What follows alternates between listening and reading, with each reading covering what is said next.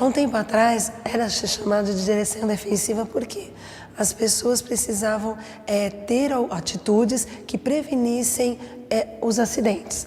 Hoje em dia a gente chama de direção segura, aonde as pessoas antes de dirigir, antes de sentar no carro e ser motoristas, elas têm a consciência das atitudes que elas estão tendo ali.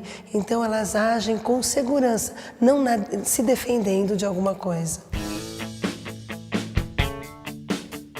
Para as crianças, para os menores, a gente dá uma orientação de como eles se portam como cidadãos, respeitando regras, respeitando as vias, sinalizações que são colocadas para eles, porque um pedestre bem instruído, bem consciente da sua ação na sociedade, com certeza ele vai ser um motorista melhor, um motorista mais consciente. Para os mais velhos, além de falar do cuidado deles quanto pedestre, porque pedestre todo mundo é, né? A partir do momento que você nasce, você é pedestre. Então, desde esse momento, a gente já fala para eles têm que ter a consciência, o respeito, para eles quando forem dirigir, né? Ou quando eles já estiverem dirigindo, lembrarem de que eles são pedestres e que eles precisam respeitar a eles e aos pedestres. É assim que a gente dá essa informação para eles. Além do trabalho também que a gente tem executado com alguns públicos específicos, como o público do Nova Aurora, algumas empresas que têm participado de palestras e cursos de direção segura também. Os comportamentos perigosos que tem por aí, tem tanto dos pedestres quanto dos motoristas, né? Porque assim, o pedestre, aliás, eu vou até englobar o ciclista nisso também, e motociclista. Na regra de trânsito, no CTB, no Código de Trânsito, fala que o menor tem sempre prevalência sobre o maior. Só que nem sempre essa regra pode ser executada. Então o pedestre vai atravessar uma rua e falar, o motorista que pare para mim.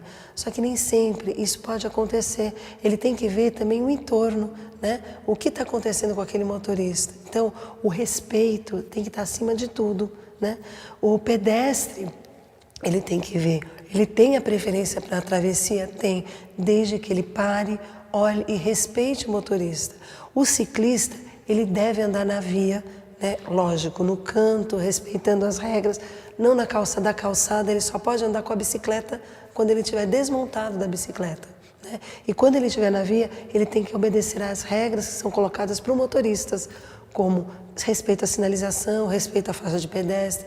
O motociclista, a mesma coisa, né? E o motorista, ele tem que ter, que ele, na consciência dele, que ele tem uma máquina na mão. Que se ele não utilizar aquela máquina de forma ideal, da forma correta, ele não vai salvar, ele vai matar. Então ele está atrasado para ir para o trabalho. Se ele correr para chegar no trabalho, ele pode não chegar, porque no meio ele pode acontecer um acidente e ao invés de chegar para trabalhar com vida, ele vai acabar prejudicando ele e ao outro também. Como a gente pode manter a direção segura, como a gente pode praticar? Primeiro, obedecendo às regras que são colocadas. Elas foram feitas, elas estão aí, não é por um acaso, né? Uma placa de sinalização que é colocada a 50 km por hora em algum local, não é por acaso que foi colocado, é porque foi feito um estudo, foi feita uma pesquisa antes, que ali tem acidentes, e essa é uma velocidade ideal para aquela via. Uma parada obrigatória, dê a preferência. Então, obedecer essas regras é uma forma de estar exercendo a direção segura.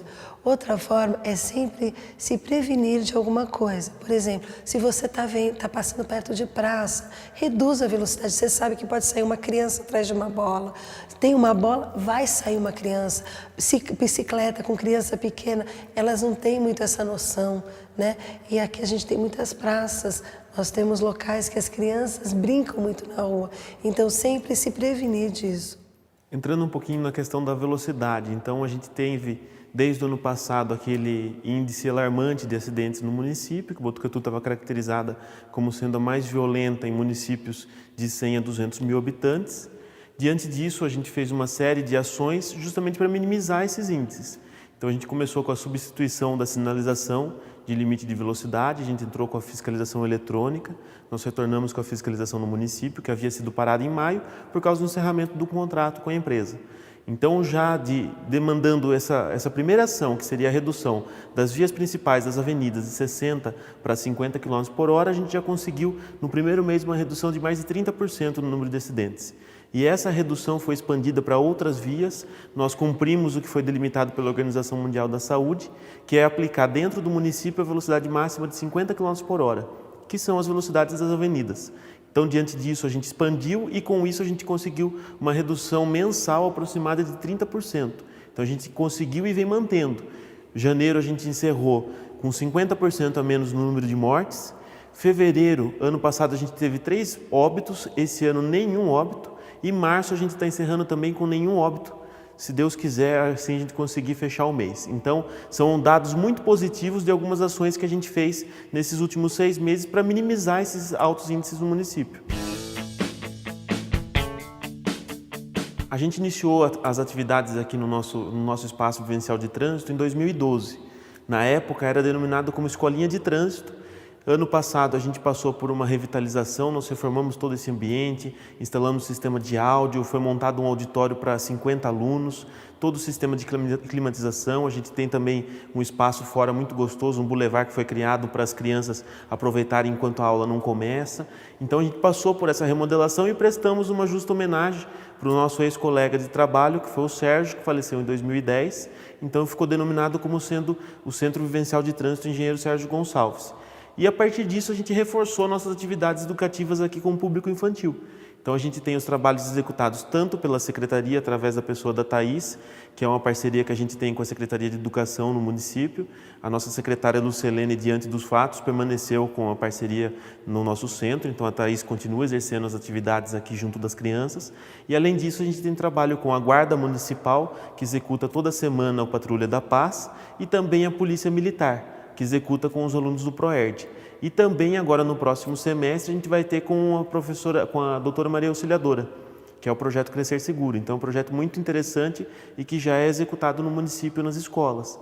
E além disso a gente recebe também o público adulto, que a gente tem o nosso auditório para treinamento e cursos. Então quem tiver interesse é só nos procurar na secretaria, a gente pode fazer um horário conveniente para todos, marcar uma palestra bem bacana, dinâmica, ou ir até a empresa como a gente já fez no ano passado. A gente acabou se deslocando a algumas empresas durante esse CIPAT. Algumas empresas já nos comunicaram para CIPATs esse ano também, então quem tiver interesse é só entrar em contato, a gente já agenda, já deixa a data definida, e também trabalhar com alguns públicos específicos, como por exemplo os idosos, que a gente executou com o Nova Aurora. Então agora esse ano a gente deve entrar com alguns outros grupos, como ciclistas, motociclistas. Então são uma série de ações para fechar o tripé do trânsito, que seria a fiscalização, a sinalização e a educação. Então dessa forma a gente consegue melhorar o trânsito de forma conjunta. E o nosso intuito aqui no centro é mostrar para as crianças que o trânsito, a gente pode brincar, mas é uma coisa muito séria. A gente não pode brincar no trânsito, porque brincar no trânsito é brincar com a vida.